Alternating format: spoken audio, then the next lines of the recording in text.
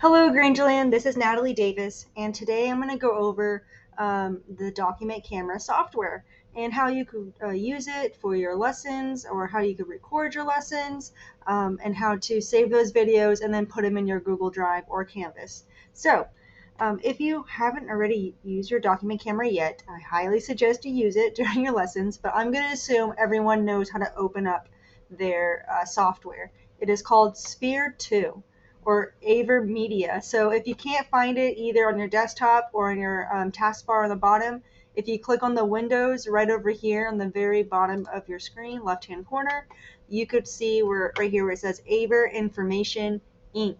If you open that up, you should see Sphere 2, and then if you right-click that, you can say Pin to Start, like the Start menu right here, or you can say Pin to your taskbar. Okay, so moving on. I already have my document camera open, and you can see whatever is on my desk underneath the camera right here. So if you ever need to record just a video, and like say if you're working something step by step to show the kiddos, or if you're showing them like a reading passage or a worksheet that they should be viewing, you would just click on this visualizer part right over here, and it automatically opens up just to the visualizer. But what if you want to record that? Well, down here you can see that there is a movie clapper, and if you click that, you can see the record button, and you can pause your recording. You can mute yourself. You could change the timing of your video, like slow-mo. But that is all its features right there.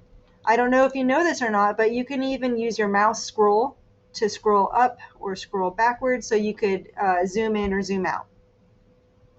So what if you have a worksheet that you want to show on one side of the screen, and then over here you want to show yourself working out like a math problem?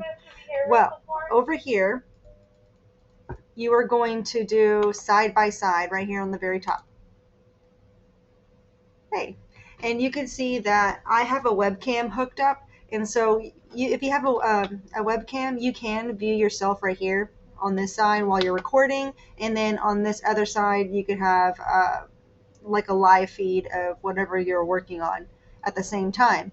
And if you need to like change the source of things, you could click on each individual window, and then right over here where it says source, you could click your webcam if that is something you would like. Okay, so what if I want to add a photo? Oops, I can't click that out. Oops. There you go. Okay, so what if I want to add a photo to right here where I am, instead of just seeing my face? Well, what you are going to do then is that you're going to click this grid right over here in the top left-hand corner. So if I click that, you're going to see this media library pop up.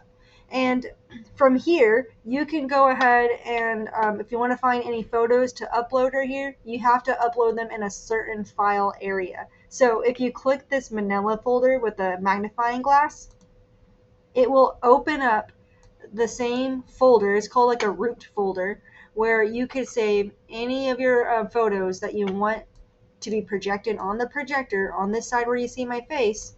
You can save them here. So what I would do is that I would go ahead and open up like my downloads or wherever you saved your photo. I have a picture of a puppy that I'm going to put right here and then put inside that folder. So if I click on this folder, it should pop up. And I realized when I taught this earlier and I was trying to show our math team how to upload the photos, there's literally 3 different ways how to upload photos, but this one is the easiest one. If you just click that Manila folder down here, and it will open up that window where you could drag and drop your picture. Okay, so how do I get the picture to be over here? You can literally drag and drop it over here in this section. And the cool thing is that if I drag and drop it, it will actually create another window right here.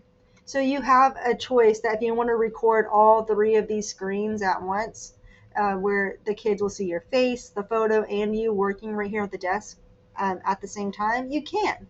Or if you decide that you don't want to see the webcam, you could exit out. So if I click on this window, you can see right here on the bottom right hand corner of that window, you can click that X. So you can see now it's just the puppy photo and whatever you see right here on my desk. Okay. While you're recording, I don't know if you notice on your document camera, there is a auto focus button that you can click, and it will help you focus in onto whatever you're trying to record. Okay.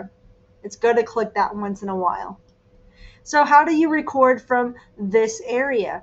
Well, first, if you want to record these two screens, you need to make sure that you re-click this grid right up here, and it will get rid of that library. And then if you go down here on the bottom part of this toolbar, you see the red button for record. But you want to make sure that you have everything hidden. Like maybe you don't want to see this menu up here. Maybe you don't want to see any of these buttons down here. Well, you can go ahead and you could say full screen in the top right hand corner right there. And you can see that it's going to full screen it. And if you want to access those little menu buttons all the way down here, I'm going to move that to the side.